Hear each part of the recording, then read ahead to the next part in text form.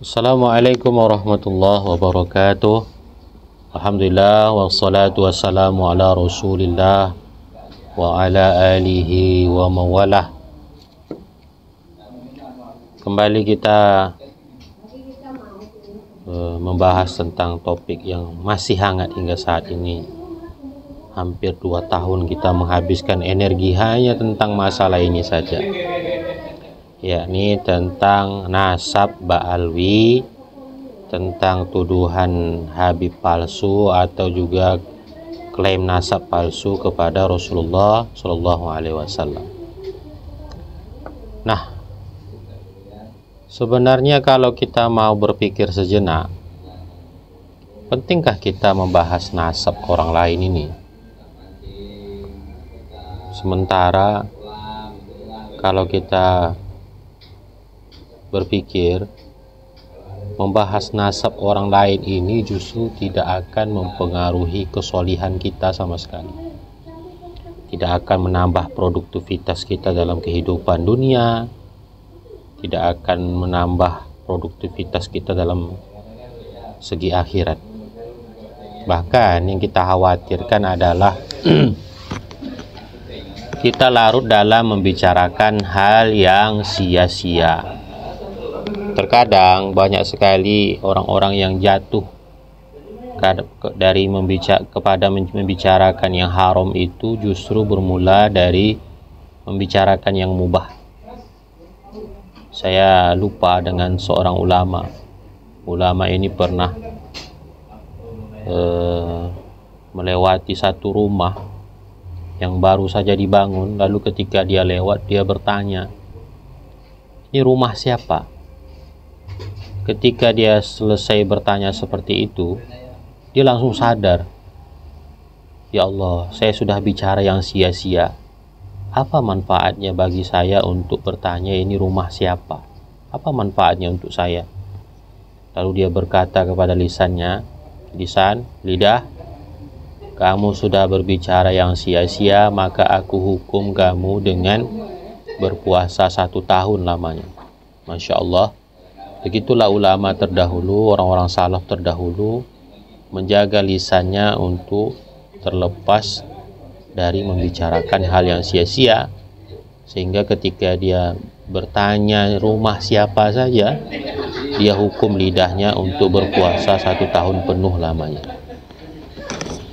Nah, hati-hati dengan berbicara yang sia-sia, bicara yang tidak ada manfaatnya, banyak-banyak berbicara mubah, karena terkadang bicara mubah itu merembes kepada berbicara yang haram.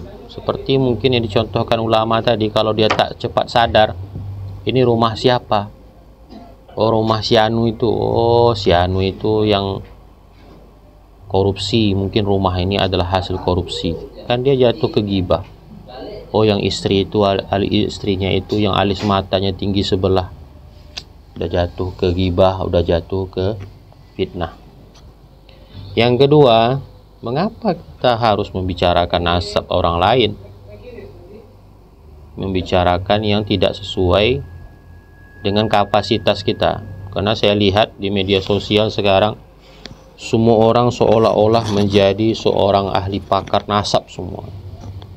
Yang tak paham pun dia ikut berbicara, yang selama ini fokusnya bukan tentang penelitian nasab. Apalagi yang dia bicarakan ini dikhawatirkan betul-betul nasabnya sampai kepada Rasulullah Shallallahu Alaihi Wasallam. Maka mari kita menghindari berbicara yang tak sesuai dengan kapasitasnya. Dunia ini hancur, bangsa ini hancur, negara ini hancur karena banyak orang bodoh yang berbicara sekehendak hatinya. Maka mari sama-sama kita resapi nasihat dari Imam Asy-Syafi'i rahimahullahu ta'ala. Salasun tazidu fil akal.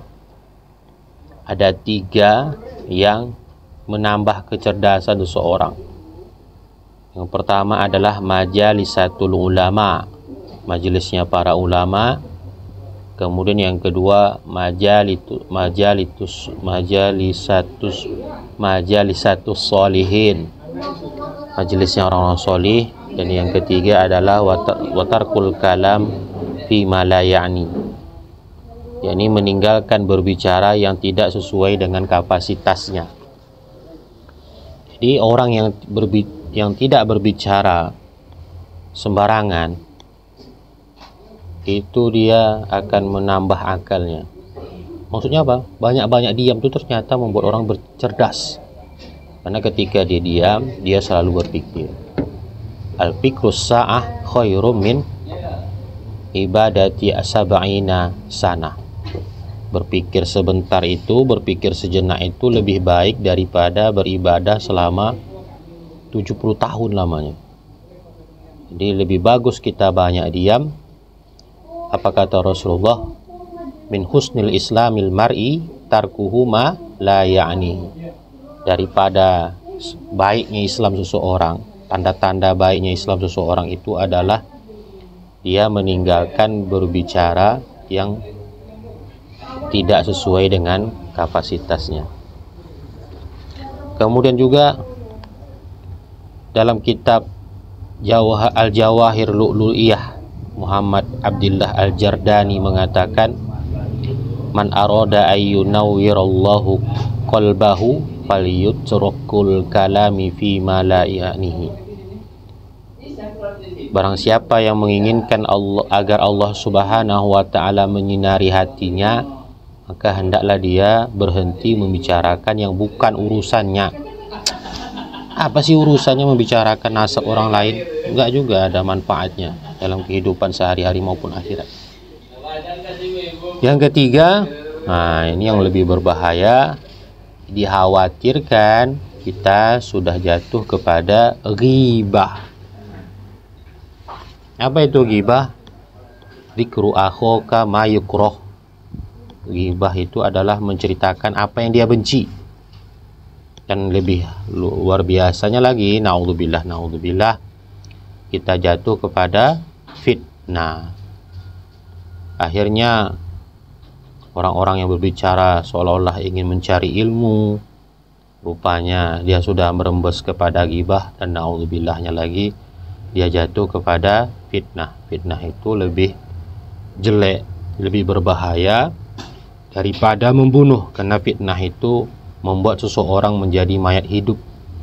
Kalau membunuh dia mati langsung, tapi dengan fitnah orang hidup tapi seperti mati dianggap orang lain karena tak dianggap, karena dia menjadi korban fitnah.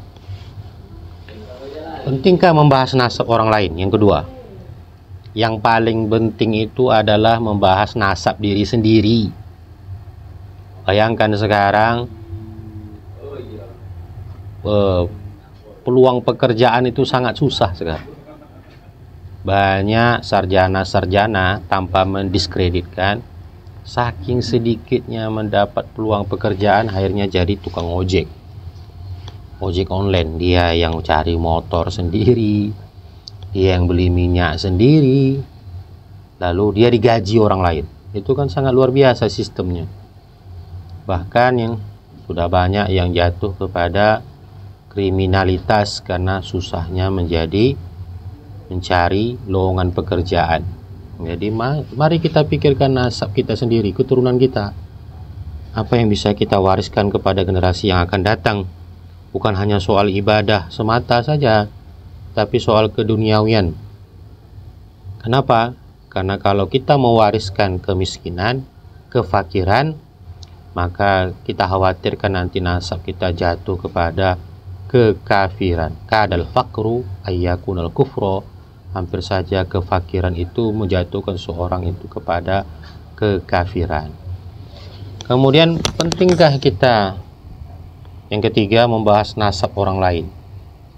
Maka dengan polemik yang berkepanjangan selama lebih dari 2 tahun ini, mari kita mengambil ibroh, mengambil pelajaran dari peristiwa atau polemik ini. Apa pelajarannya yang harus kita ambil?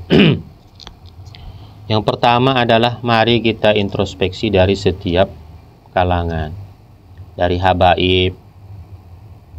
Memang betul, kalau ternyata seorang keturunan Rasulullah itu dia mulia karena di dalam tubuhnya mengalir darah Rasulullah, tapi jangan gunakan momentum itu, kesempatan itu justru untuk berbuat zolim kepada orang lain. Bukan juga menjadi sebuah pembenaran untuk menjadikan alasan agar kita dimuliakan oleh orang lain.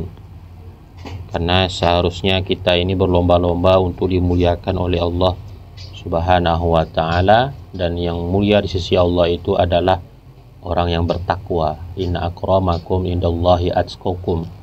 Yang paling mulia di sisi Allah itu adalah atqakum, yang paling bertakwa di sisi Allah. Dari kalangan kiai juga seperti itu. Mari kita ajak santri-santri kita untuk saling menjaga lidah, menjaga lisan. Kemudian kita ajak santri kita untuk berpikir yang positif. Yang kedua, ibroh yang kita ambil dari polemik nasab ini adalah hati-hati dengan konspirasi pemecah belah bangsa. Sekarang Nahdlatul Ulama itu, sebagaimana saya ikuti di lembaga kaderisasi NU tahun 2024 yang lalu, mengatakan bahwa jumlah pengikut atau juga simpatisan kader Nahdlatul Ulama itu 150 juta jiwa. Sementara penduduk Indonesia ini 200 juta jiwa kurang lebih. Berarti kan hampir 80%-nya itu masyarakat Indonesia ini sudah NU semuanya. Jadi kita khawatirkan bicara tentang Habib, bicara tentang kiai-kiai, ini kan semuanya berkaitan dengan NU. Karena tak dapat dipungkiri Habib-Habib ini juga banyak yang menjadi pendiri NU di awal-awal pendirian NU ini. Maka dikhawatirkan polemik habaib nasab ini justru sebagai konspirasi untuk memecah belah bangsa. Mari kita menahan diri setiap kita masing-masing. Mari kita lebih fokus kepada produktivitas dunia kita dan produktivitas akhirat kita.